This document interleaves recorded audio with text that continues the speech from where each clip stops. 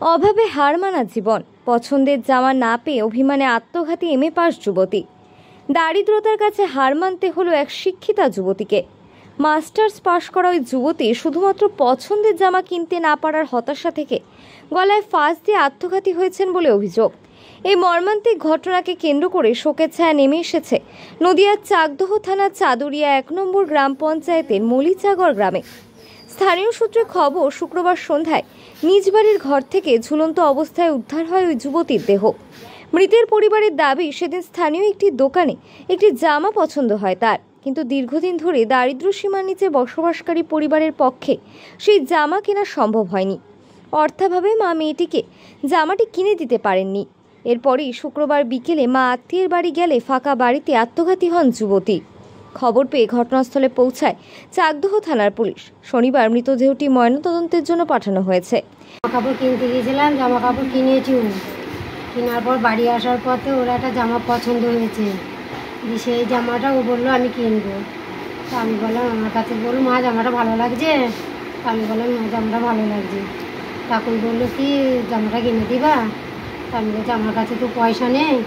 ঠিক আছে, আমি লক্ষ্মী ভাণ্ডারের টাকাটা পাবো, দিয়ে আমি জামা কিনে দেবো। তখন ও বললো কি যে জামাটা যদি লক্ষ্মী ভাণ্ডারের টাকা আনতে গিয়ে জামাটা যদি বিক্রি হয়ে যায়, বিক্রি হয় অন্য জামা নেবে। দিয়ে একসঙ্গে বাড়ি চলে আসলাম। বাড়ি আস্তে আস্তে পালপাড়ায় থেকে আবার আমলকি কিনে দিল। দিয়ে আমি বমি করছি, বমি করার পরে পালপাড়া থেকে আমলকি কিনে দিল। ও খেলো, আমিও খেতে খেতে বাড়ি চলে আসলাম। বাড়ি এসে ও জামা প্যান্ট খুলে জামা প্যান্ট সার্ফ দিল।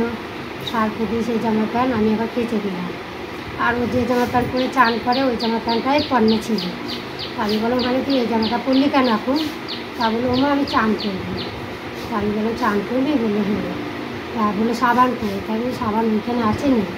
সাবানটা বের করে পৈটের উপরে নামানোর পরে তারপরে আমি আবার ওর জামা প্যান্ট যখন খাচ্ছি, তাই বললো যে ওর জামা প্যান্টগুলো ও আরও জামা প্যান্ট বের করে বললো ওমা তুমি একটু জ্যাঠার বাড়ি যাও, জ্যাঠার বাড়ি একটু ঝামেলা হচ্ছে। তা আমি ওকে বললাম আমি বিকেলবেলা যাবো। তাহলে বিকেলবেলা তোমাকে নিয়ে ডাক্তারের কাছে যাবো, তো তোমার তো শরীর খারাপ। তা বিকেলবেলা ঝড় বৃষ্টির দিন, যে বৃষ্টি আসে আর ওখানে জল জমে, তুমি এখনই যাও, এসে চান টান করে নেবে, করে তুমি যাবে। ওই চান টান করে এসে তুমি বিকেলে তোমার নিয়ে ডাক্তারের কাছে যাবে। তা আমি বলছি আমার কাছে তো পয়সা নেই, তাহলে কী নিয়ে যাবো? তখন ও ঠিক করে হেসে ফেলবে। তা আমি বলছি কী ব্যাপার, তুই হাসলি তাহলে পয়সাকে তুই দিয়ে নিয়ে যাবি ডাক্তারের কাছে? তখন আবার হাসো। ওইটুকুই হয়েছে। তারপরে আমি জ্যাঠার বাড়ি গেছি। জ্যাঠার বাড়ি থেকে এসে বাড়ি এসেছি। এবার বাড়ি আসতে দেখে পুকুর পাড়ে খুব মেঘ করেছে। মেঘ করা দেখে আমি বলছি, আমি তাড়াতাড়ি করে এসে বলছি এ চলো না, খুব মেঘ করেছে, বৃষ্টি আগে জামা কাপড় শিগগিরই তুলো। তা ওরা আওয়াজ পেলাম না, ঘরের দরজাটা ছিটকানি দেওয়া ছিল না, ঠেসানো ছিল। দরজাটা যেয়ে খুলেছি তখন দেখেও চলছে। তখন আমি পাঁজা করে চেপে ধরে আমি পাশে ডাকছি, ও তবে তুমি শিগগিরই এসো। আমার মেয়ে গলা দিয়ে দিয়েছে, কী হয়েছে তুমি শিগগির এসো। আশেপাশে সব লোক তখন হাজির, সবাই।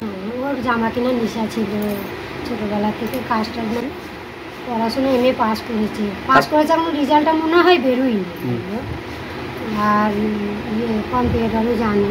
কোন কলেজ থেকে করেছে ওইটা? সেই মানে এমএ পড়াটা, এমএটা সে কি বলে সেইটা আমি জানি না। তো মোমবাতি কারখানায় কাজ করেছে, আবার বাচ্চা টাচ্চা পড়াতে টিউশনি করতো, কিন্তু মাইনে পেলেই ও জামা প্যান্ট জুতো এইসব কেনার নেশা ছিল। কানের হার, চুড়িমালা এইসবগুলো কেনার নেশা ছিল। ওইগুলো কিনতো, সাজতে গুজতে ভালোবাসতো, কিন্তু মাইনে পেলেই এইসবগুলো করতো।